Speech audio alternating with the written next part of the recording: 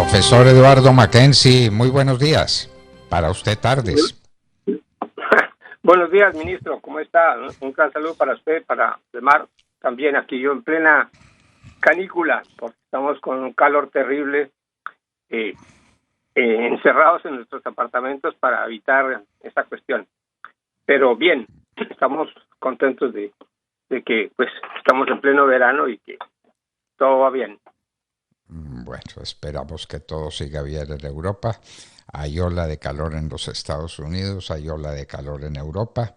Cuidado, cuidado, porque parece que puede ser letal. Alguien lo llamó así, un calor letal.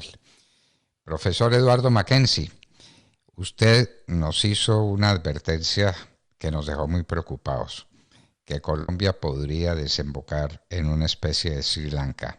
Explíquenos por qué.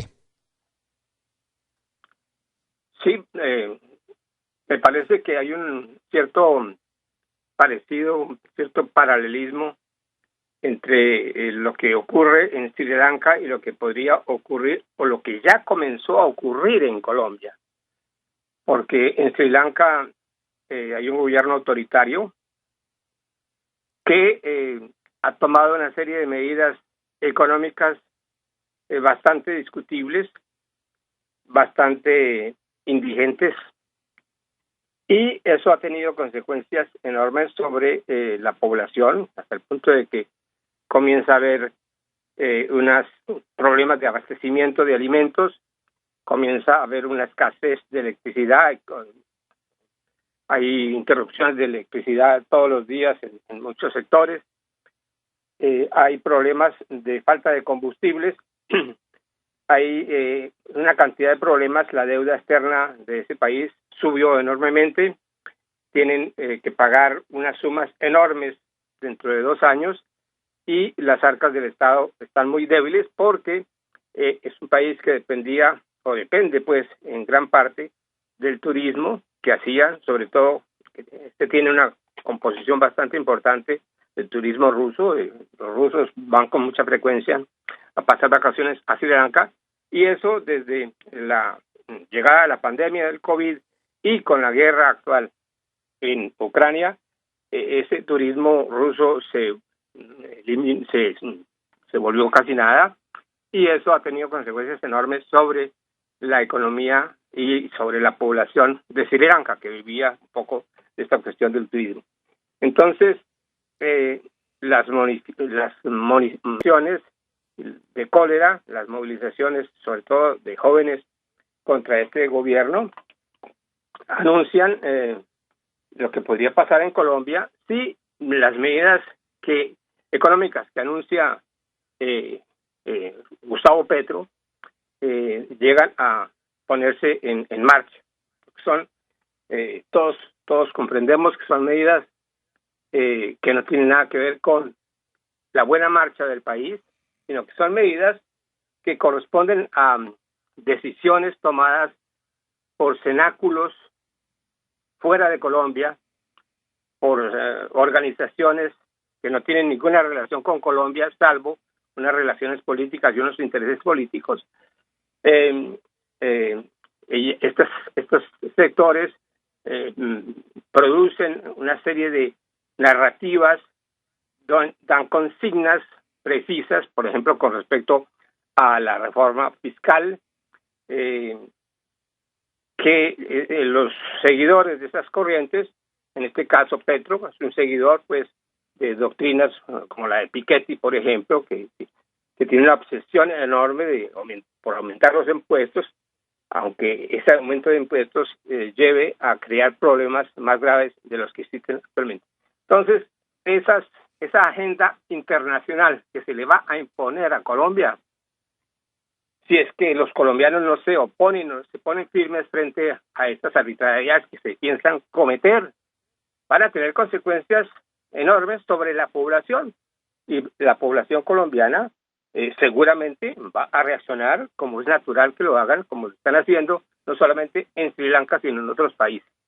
Entonces, hay un paralelismo allí, y sobre todo hay ese elemento, yo lo veo muy claramente, ese elemento de que hay una agenda exterior que se fabrica en Europa o en Estados Unidos o en países asiáticos o en China o en Rusia, que debe ser cumplida por ciertos países y que llevan a esos países a una situación grave de dependencia. Por ejemplo, el plan de petróleos, el plan de hidrocarburos de Petro, perdónenme, pero eso llevará a tener unos efectos enormes sobre la producción colombiana y a crear una dependencia colombiana de petróleos que están siendo en este momento producidos, por ejemplo, en Rusia. No me extrañaría que, en vista de que no hay acceso suficiente a los combustibles en Colombia por las medidas que va a tomar este señor, el país, que es un país productor de petróleo, se vea en la obligación de buscar soluciones en donde se pueda, y en ese momento el cliente más favorecido no me extraña para nada que sea la Rusia de Putin. Entonces, hay esas cosas que son sumamente preocupantes, en mi opinión, una visión personal que tengo. Yo creo que estas cosas tienen que ser discutidas con claridad, con fuerza, con energía, porque no le pueden imponer al país una agenda de destrucción de la economía colombiana. Claro, y entonces están diciendo con qué van a sustituir, por ejemplo, el petróleo que deja de producirse, porque no habrá contratos de exploración de petróleo y eso está afectando muy seriamente la industria petrolera actual, está afectando a Ecopetrol, cuyas acciones han perdido precio continuamente desde la elección de Gustavo Petro. Entonces, el tema del petróleo es, como usted lo dice bien, un tema que preocupa y uno dice, ¿y con qué lo reemplazan?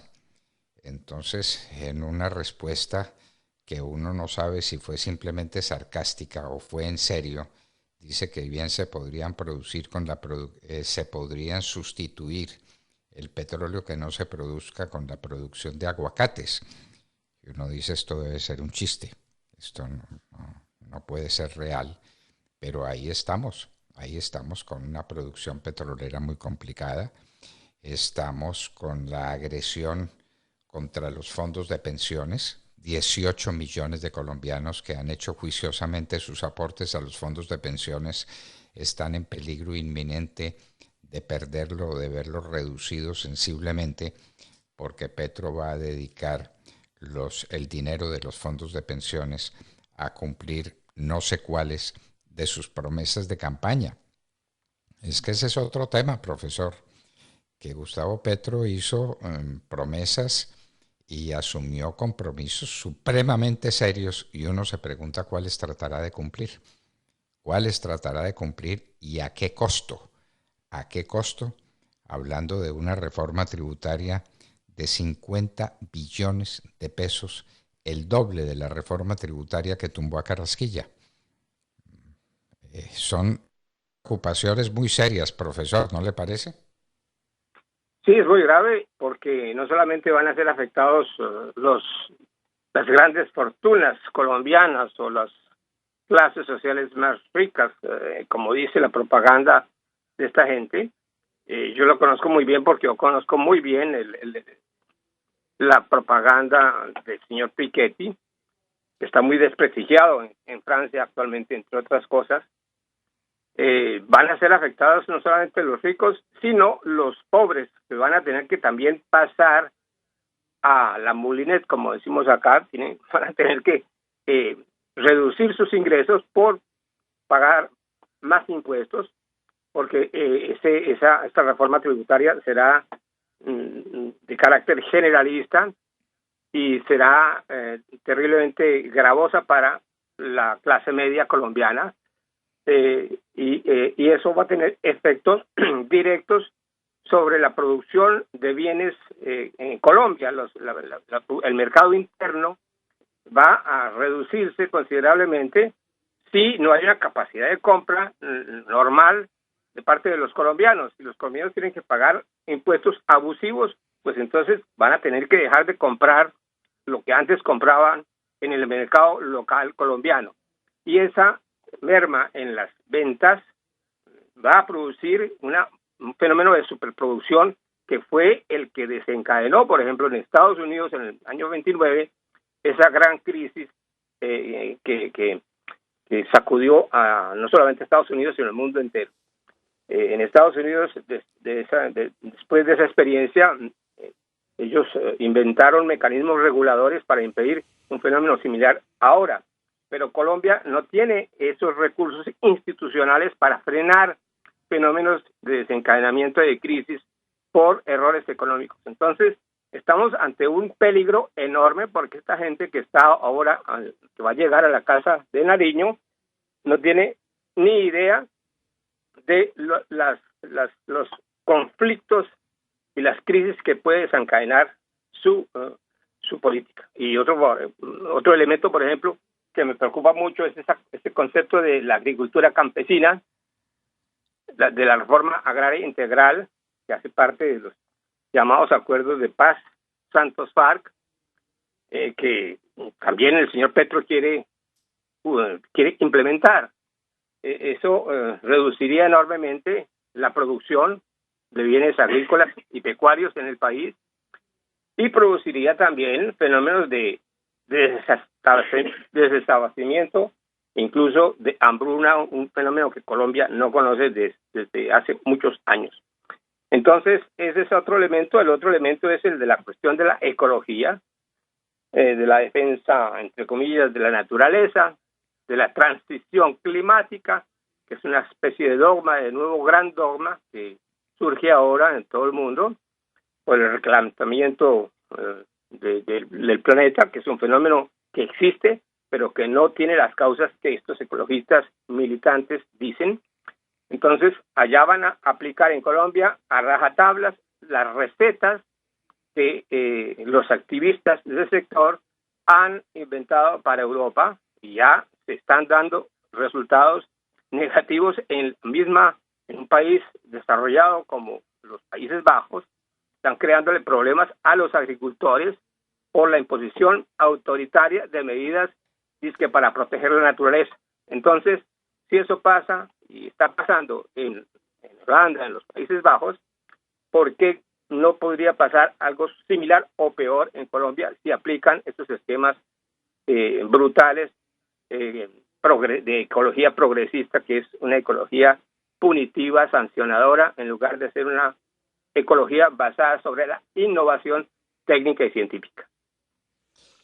Claro, tomando medidas como por ejemplo la prohibición del glifosato, que es el herbicida más utilizado en el mundo entero. En el mundo entero se utiliza el glifosato con un nombre o con otro. En Colombia, nos explicaba un experto, hay más de 100 presentaciones distintas de glifosato. Entonces ese está prohibido para la fumigación aérea porque causa supuestamente estragos en la ecología, pero no se ha dicho por qué no los causa cuando se usa como herbicida en el café, en la caña de azúcar, en el arroz, en cuantos productos agrícolas colombianos. De manera pues que la cosa complicada. También se le declaró la guerra al ganado. El ganado en tierra fértil recibirá unos impuestos muy grandes, ha dicho la ministra de Agricultura. Y Ave María, lo que puede pasar con una restricción en la producción de ganado de carne en Colombia. Y las huellas de Sri Lanka ni de ninguno de los países perdedores. Si vamos a copiar, copiamos lo que han hecho los países ganadores para tener a su gente más feliz, más próspera, más capaz de desarrollar su propósito de vida. Profesor Eduardo Mackenzie, un abrazo y muchísimas gracias por estar en la Hora de la Verdad. Gracias a usted, ministro Fernando Londoño. Un abrazo también muy entusiasta de mi parte. Eduardo Mackenzie, escritor, analista político. Señores, esto viene en serio. Los que van a llegar a la Casa de Nariño el 7 de agosto, todo indica que no tienen ni idea de lo que están haciendo, de lo que están proponiendo y cómo hacer eso que están proponiendo a estas alturas. Y eso puede desembocar en una situación parecida a la de Sri Lanka. Era lo que nos decía el escritor y analista político Eduardo Mackenzie, que estaba con nosotros en La Hora de la Verdad. 8 de la mañana, 2 minutos.